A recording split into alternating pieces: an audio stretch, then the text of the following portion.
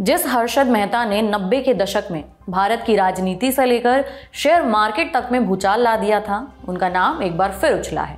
इस बार उनका नाम आया है देश के जाने माने बिजनेसमैन हर्ष गोयनका के एक बयान में। हर्ष गोयनका ने आरोप लगाया है कि शेयर बाजार में हर्षद मेहता और केतन पारीख जैसे घोटाले की वापसी हो गई है।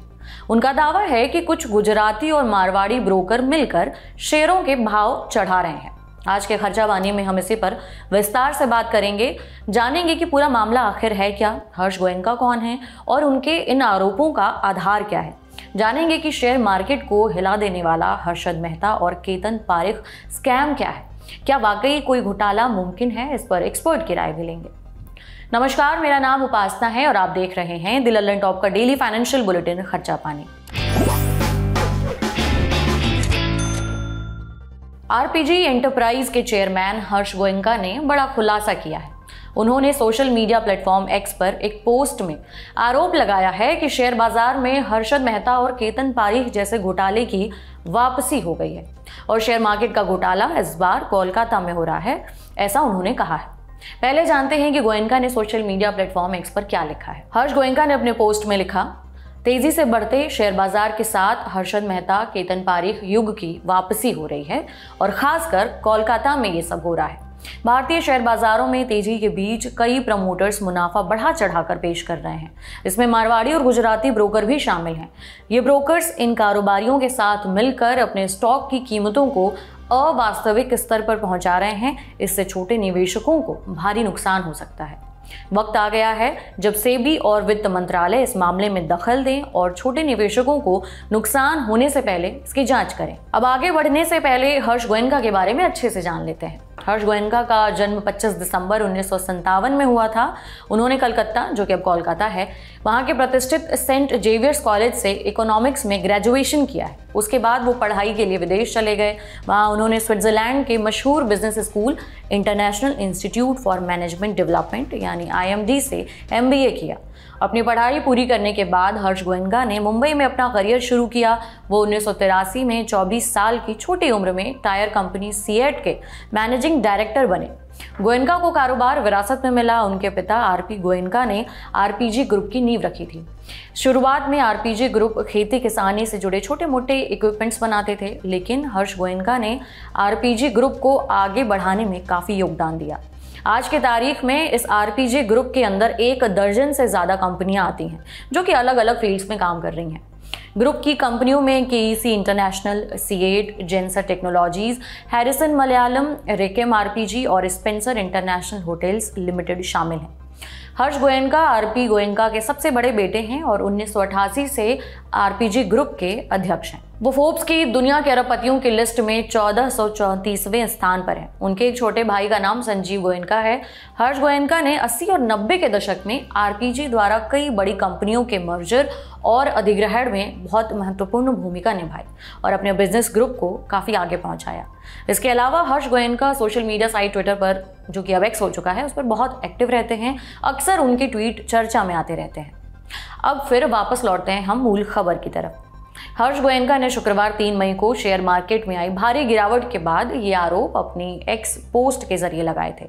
3 मई को शेयर मार्केट में भारी उतार चढ़ाव देखने को मिला था और BSE का सेंसेक्स दिन के कारोबार में करीबन 1200 अंक लुढ़ककर 74,000 के लेवल से भी नीचे पहुंच गया था। हालांकि जब कारोबार बंद हुआ तब सेंसेक्स में कुछ रिकवरी हुई और आखिर में ये 732 अंकों की गिरावट के साथ 73,878 के लेवल पर बंद हुआ था। इसी तरह NSE का निफ्टी भी 200 अंकों से ज़्यादा गिरकर 22,450 के नीचे पहुंच गया था। वहीं इस हफ्ते के पहले कारोबारी दिन यानी 6 मई को भी शेयर बाजार में काफ़ी उतार चढ़ाव के साथ ही कारोबार हुआ। इस दौरान जहां सेंसेक्स करीबन 17 अंकों की मामूली बढ़त के साथ बंद हुआ, वहीं निफ्टी 33 अंक नीचे लाल निशान में बंद हुआ। सोमवार को सेंसेक्स करीबन 17 अंकों की बढ़त के साथ 73,895 के आसपास बंद हुआ। वहीं निफ्टी 33 अंक टूटकर 22,442 के आसपास बंद हुआ। अब हम समझते हैं कि हर्ष गोयनका शेयर मार्केट में किस आधार पर कथित घोटाले की बात कर रहे हैं और इसे लेकर मार्केट एक्सपर्ट की क्या राय है। दरअसल नेशनल स्टॉक एक्सचेंज यानी कि NSE का इंडेक्स निफ्टी 50 पिछले 5 सालों में लगभग दोगुना हो गया है। वित्त वर्ष 2024 की बात करें तो ये इंडेक्स करीबन 28% उछला है। इसी तरह बीएसई सेंसेक्स ने इस अवधि में करीबन 25% रिटर्न दिया है। ये रिटर्न गोल्ड के मुकाबले काफ़ी ज़्यादा है।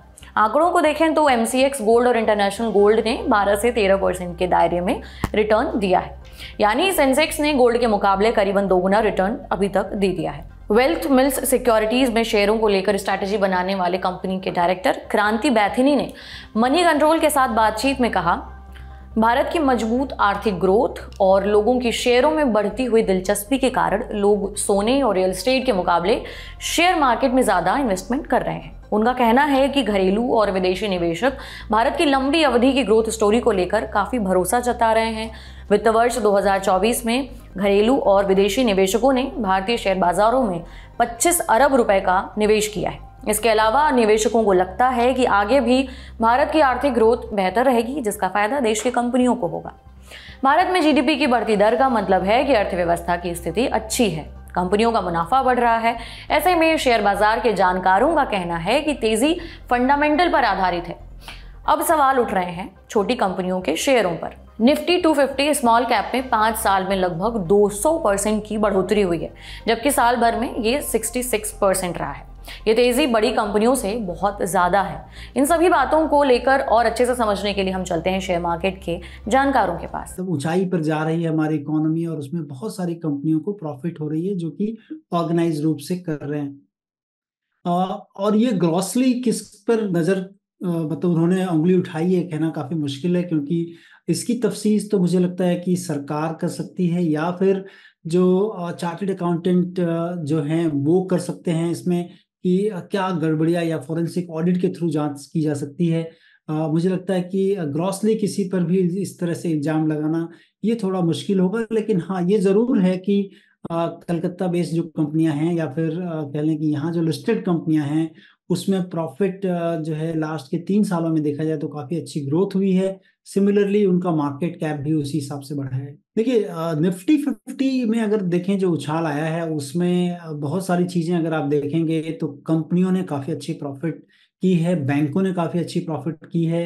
लास्ट के 1-2 सालों में आईटी में थोड़ी ग्रोथ जो है कम रही है, अदरवाइज मतलब बहुत ज्यादा नुकसान भी नहीं हुआ है, लेकिन ओवरऑल निफ्टी के लिहाज से तो मुझे लगता है कि काफी जस्टिफाइड है। और आने वाले दिनों में जिस तरह से भारतीय इकोनॉमी तीसरी सबसे बड़ी अर्थव्यवस्था होने की बात की जा रही है तो उसमें हमारी जितनी बड़ी कंपनियां हैं वो बढ़ चढ़कर भागीदारी लेंगी और उसका लाभ उनकी बैलेंस शीट में होते हुए भी दिख रहा है। और काफी बड़ा जो प्राइवेट केपेक्स है जो कि आज से 10 सालों तक बहुत म्यूटेड रहा है, अब चूंकि एक तरह का कहने की ट्रस्ट है कि आने वाले दिनों में इकोनॉमी बढ़ जाएगी तो प्राइवेट कंपनियां भी काफी बड़े केपेक्स कर रही हैं। हालांकि हर्ष गोयनका ने अपने आरोपों में बहुत ज्यादा डिटेल्स नहीं दी हैं। उन्होंने पहले के 2 घोटालों का जिक्र किया है।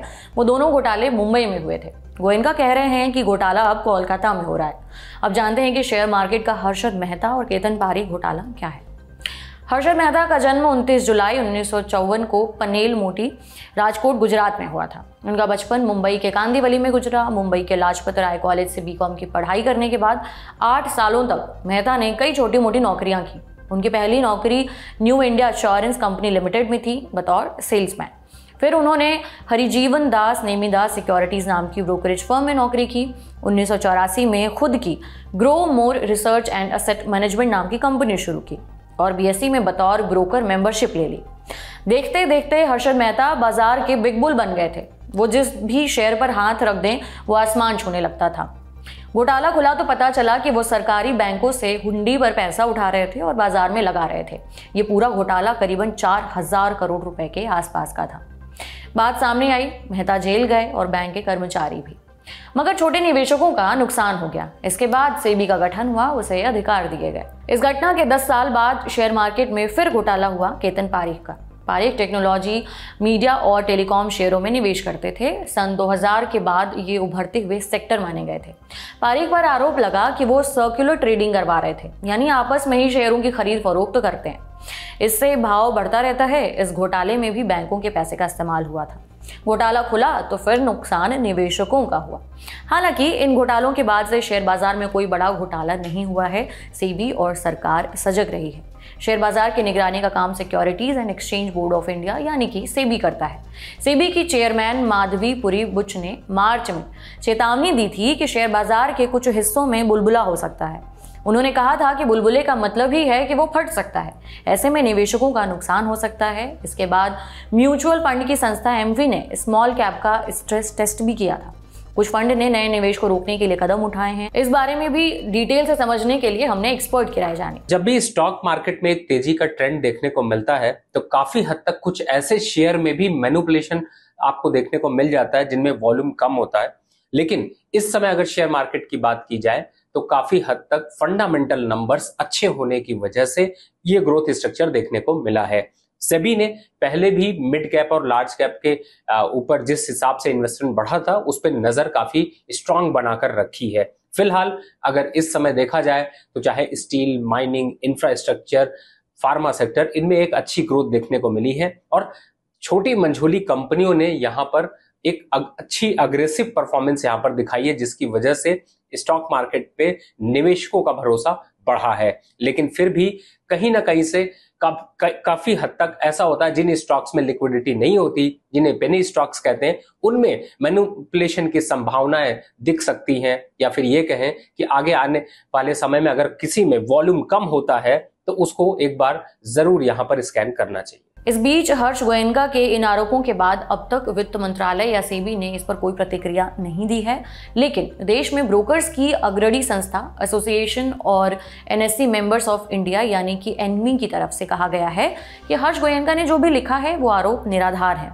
इस संस्था ने हर्ष गोयनका के बयान को दुर्भाग्यपूर्ण बता दिया है और कहा है कि अगर उनके पास कोई सबूत है तो वो सेबी और वित्त मंत्रालय को क्यों नहीं बताते। विजय कुमार गोयल ने जी बिजनेस न्यूज के साथ बातचीत में कहा है कि हर्ष गोयनका को इस बात का खंडन करना चाहिए या फिर माफी मांगनी चाहिए। उनका कहना है कि ब्रोकर्स कुछ गड़बड़ नहीं कर सकते हैं क्योंकि सेबी की गाइडलाइंस बहुत ही सख्त हैं।